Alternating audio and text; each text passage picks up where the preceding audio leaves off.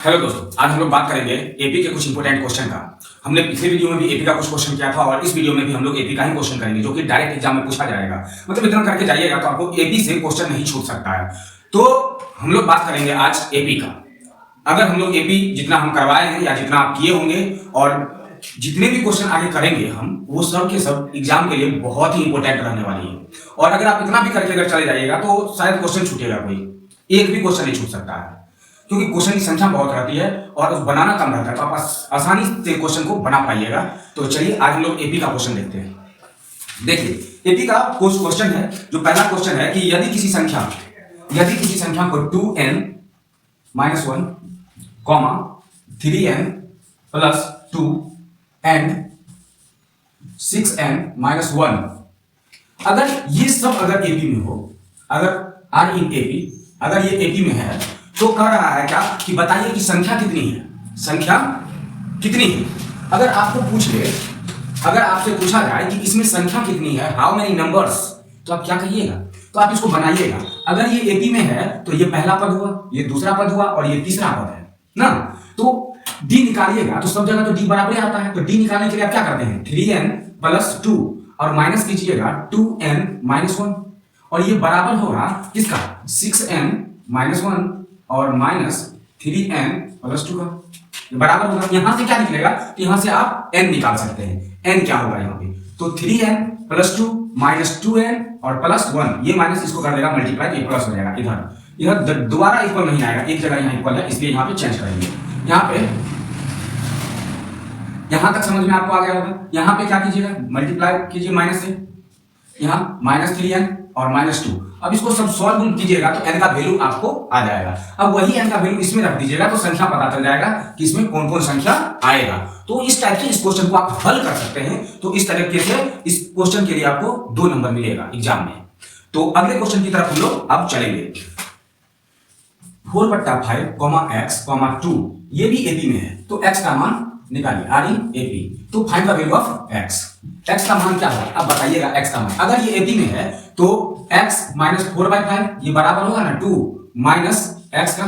जब सॉल्व कीजिएगा तो x का वैल्यू नहीं निकल जाएगा, एपी में है इसलिए तो कॉमन डिफरेंस इसका बराबर होगा। जब आप सॉल्व कीजिएगा तो इस x का वैल्यू निकल जाएगा और आप आसानी से इस क्वेश्चन को हल कर रहे होते हैं। तो चलिए नेक्स्ट क्वेश्चन की तरफ। एक क्वेश्चन है कि अगर 7, 13, 19 ... का कौन सा पद 205 है। अब इस क्वेश्चन में आपको हम बताए थे कि अगर पूछेगा कि कौन सा टर्म इतना है तो आपको मानना पड़ेगा, माना कि अंतिमा पद जो है ना इसका 205 है। जब अंतिमा पद आपको मिल गया, पहला पद आपको मिल गया, कॉमन डिफरेंस मिल जाएगा, तो यहां से सॉल्व करके क्या आप इसमें नंबर ऑफ टर्म नहीं बता दीजिएगा। जब आप ये जो लास्ट का कौन सा पद पूछ रहा है, कौन सा पद इसका 205 होगा, आपको मानना पड़ेगा कि ये जो पद है ना ये लास्ट टर्म, इसको मानना पड़ेगा और लास्ट टर्म का वैल्यू रख दीजिएगा। पहला पद यहां से निकल जाएगा, कॉमन डिफरेंस इस दोनों को माइनस करके निकाल लीजिएगा और इसमें से an का फार्मूला लगा के आप n निकाल लीजिएगा, नंबर ऑफ टर्म, उससे आपको पता चल जाएगा कि कौन सा टर्म इसका इतना। क्वेश्चन आपको दिख रहा है, इस क्वेश्चन में क्या कह रहा है कि अगर ये एपी में है तो प्रथम 22 पदों का जोड़ बताइए। मतलब S22 पूछ रहा है, S22। इसके लिए क्या फार्मूला लिखिएगा, 22/2 2a + 22 - 1 × d, यही ना लिखिएगा। यहां काटिएगा 11 बचेगा, 11 2a, a यहां से निकल जाएगा आपको 8 प्लस ये कितना हो जाएगा 21d, d यहां से निकल जाएगा ना, आपको कितना आएगा -5। सॉल्व कीजिएगा, S22 आपके पास निकल जाएगा। तो ऐसे करके क्वेश्चन को भी आप आंसर दे सकते हैं, आसान क्वेश्चन सब है। अब नेक्स्ट क्वेश्चन की तरफ चलते हैं।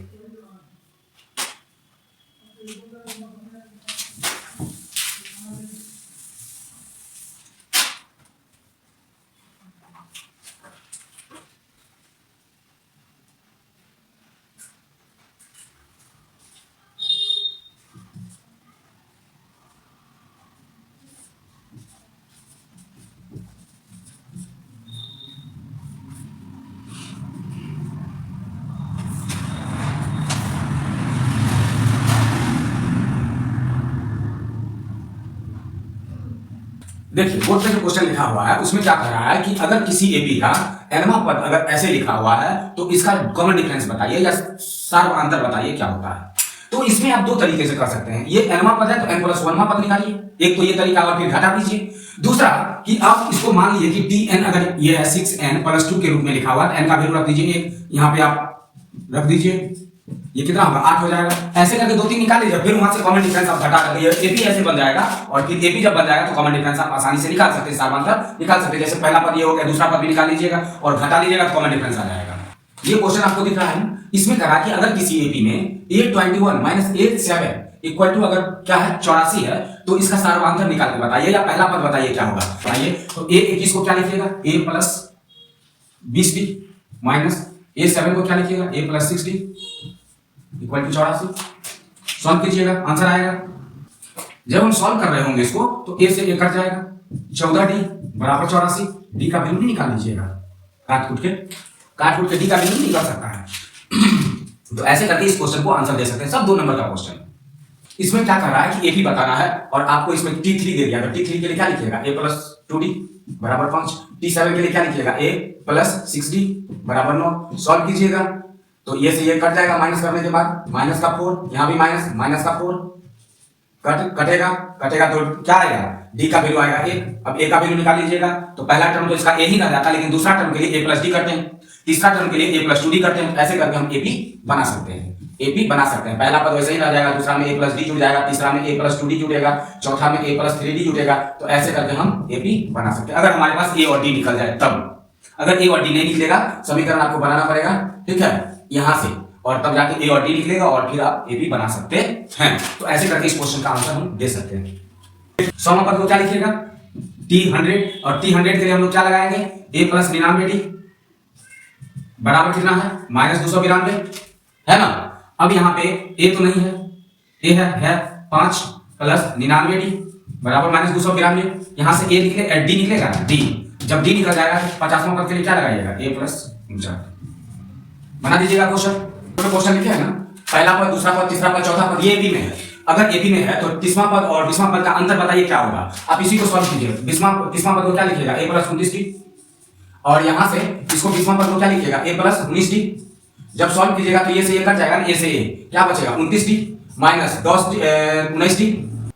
आप पूछ लेगा 30वां पद और 20वां पद का अंतर था ना, अंतर पूछना है तो आप वैल्यू रख के सॉल्व कीजिए पहले, और नहीं तो आप इसको जैसे लिखते हैं, 30वां पद को क्या लिखिएगा, a प्लस 29d, 20वां पद को क्या लिखिएगा, a प्लस 19d। सॉल्व कीजिएगा, घट के आएगा 10d। अब 10d का आंसर वैल्यू रख दीजिए यहां से निकाल के, और आपके पास आंसर आ जाएगा। तो ऐसे करके क्वेश्चन को आराम से बना सकते हैं। तो इससे पहले भी हमने बहुत सारे क्वेश्चन को किए थे और आज भी किए हैं, तो लगभग सारे क्वेश्चन, सारे टाइप का क्वेश्चन एपी से हो चुका है, और सब निकालने वाला जो क्वेश्चन सब है वो सब निश्चित करके आप बना के जाइएगा। जो भी बुक में है या जो भी आपको गेस्ट पेपर में मिलेगा वो सारे के सारे क्वेश्चन करके जाएगा, तो क्वेश्चन छूटेगा नहीं, इतना क्वेश्चन पूछा जाता है, एक भी क्वेश्चन नहीं छूटने वाला। इसलिए आप सारा क्वेश्चन करके जाइएगा। बनाना है, रफ बनाइए ना, जैसे हम बनाते हैं। आप भी एक बोर्ड लीजिए, उसमें रफ कीजिए, जितना बार मैथ का रिवीजन कीजिएगा उतना ही क्वेश्चन आपको आएगा। इसलिए आप रिवीजन 110% करके जाइए, और फिर कहिएगा कि एग्जाम में क्वेश्चन छूटा भी नहीं छूटेगा, ये मेरा मानना है। हम लोग भी जब दिए थे एग्जाम तो उसमें रिवीजन करके गए थे और क्वेश्चन छूटा नहीं, बना दिए क्वेश्चन सब। तो इसी तरह से आप भी बना सकते हैं, कोई बात नहीं, आप तैयारी कीजिए, ठीक है। और आज के लिए इतना ही।